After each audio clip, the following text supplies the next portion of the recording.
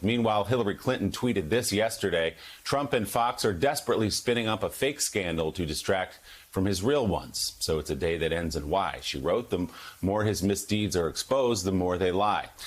Clinton also included a link to a Vanity Fair article that she said includes a good debunking of their latest nonsense. Jonathan Lemire, you were there with us a couple of days ago when we ticked through this point by point.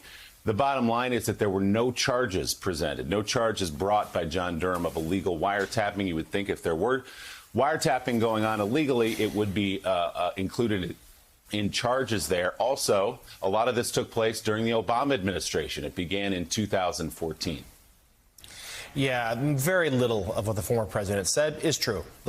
We almost could just leave it right there. But diving into this a little deeper, I think it's useful to go back to the origins of the Durham report, which was something that was always conceived of by Trump and his allies as a countermeasure to the Mueller Russia investigation, and one that Donald Trump, while in office, had pinned very high hopes on, that he thought this would really be a game changer. Whether he truly believed it or not remains to be seen. But he was under the belief that he could at least sell the idea that, that the government was working against him, that it was spying on him. We all remember his tweet claiming that President Obama had wiretapped Trump Tower. That wasn't true.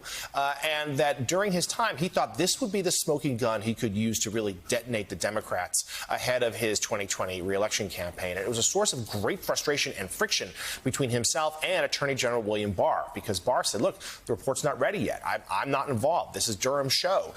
He's got free reign here. And it's an extremely lengthy and expensive process here to get this investigation done. And there was a sense as the year went on, the 2020 year, and the election started to slip away from Trump as the coronavirus surged and his handling of it was so widely disapproved of, that, he recognized that it was not going to be all that he thought it was. And it ended up being a huge disappointment and didn't come out in time to save him before the election anyway. And now that we are getting pieces of it, he is trying frantically to sell it into something that it is not. And certainly some of his allies in the conservative media are happy to once again go along with his bidding, as they did with his false claims of election fraud. But there doesn't appear to be much in the way of there, Joe. Well, not much there.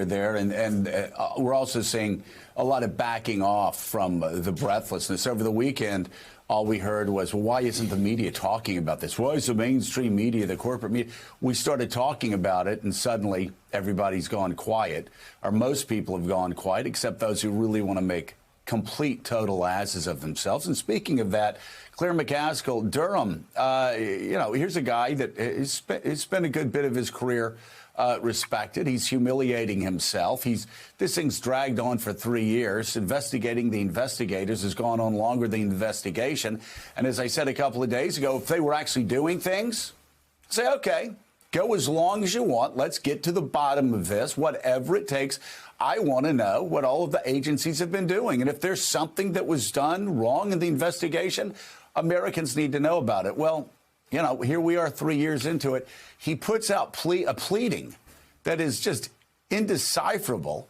It allows crackpots to lie to their audiences that something is amiss. And you dig into it. And again, there was no wiretapping. In fact, no data was collected illegally. Everything, Durham admits, was collected legally. Nobody's charged with anything. Hillary Clinton, there's not even any suggestion that Hillary Clinton had anything to do with any of this. They have Sussman, a guy that everybody in Washington, D.C. knew was connected to the DNC and Hillary Clinton, including Republicans on the Hill. I mean, I could go on and on and on. The fact is, Durham, after 3 years, has this one charge against a lawyer that is not going to stick. You look at the facts behind that one charge, it's preposterous. And yet Merrick Garland, I guess Merrick Garland has to let him continue to go on. But 3 years, and all he's doing is churning up a bunch of nothing. And it just continues. What is the plan inside of DOJ? Are they going to let this guy go 3 more years and just launch a conspiracy theory with a poorly written pleading every 18 months or so? Well, first of all, I think in a way it works to the benefit of the truth that Durham has independent control. that Merrick Garland is not controlling him.